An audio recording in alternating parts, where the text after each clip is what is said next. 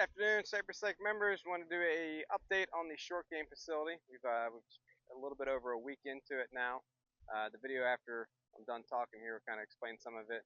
We've had really good weather both with the project and the airification. I'll also be sending an airification video out sometime the next week or so, just once we get kind of caught up before we start opening. But the next video, just pay attention to some of the detail and where we're going at with some of the shaping. Clark Construction has been really good on timeline. We've been really good with the weather, which has helped out. And Ron Forrest's been here twice to kind of improve some of the slopes and the elevations with how the greens are going to be, the depths of the bunkers, etc. So I hope everybody's off to a great summer. We're having a wonderful one down here. We've had a very mild June so far with the weather. We actually had a little bit of a cool front the other week. So we're rocking and rolling, looking like we're on a good timing both with the airification and the project. Hope everyone's doing well. So here's our first update for the short game area. This is Ron Forrest, our architect, and the shaper with Clark Construction. This would have been June 2nd. I'm recording this to be about a week ago. This is just the prep work before we started moving any dirt. As you can see, we're utilizing this area as best as we can for the area that we have to work with.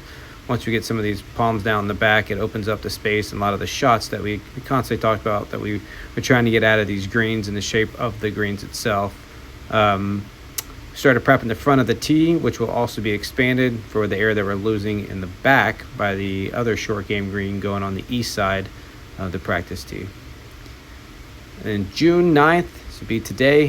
This is where we're at. The shaper has shaped in the greens. Ron approved of the shells, so we can start getting some drainage and some gravel over top of that and start getting the last minute touches up around the bunkers. As you can see, we're having to move some irrigation lines on that tee for the building that's going over there. So a little work in-house to get that out of the way. That'll be a next step. This time next week, we'll be starting to get concrete over there for the building.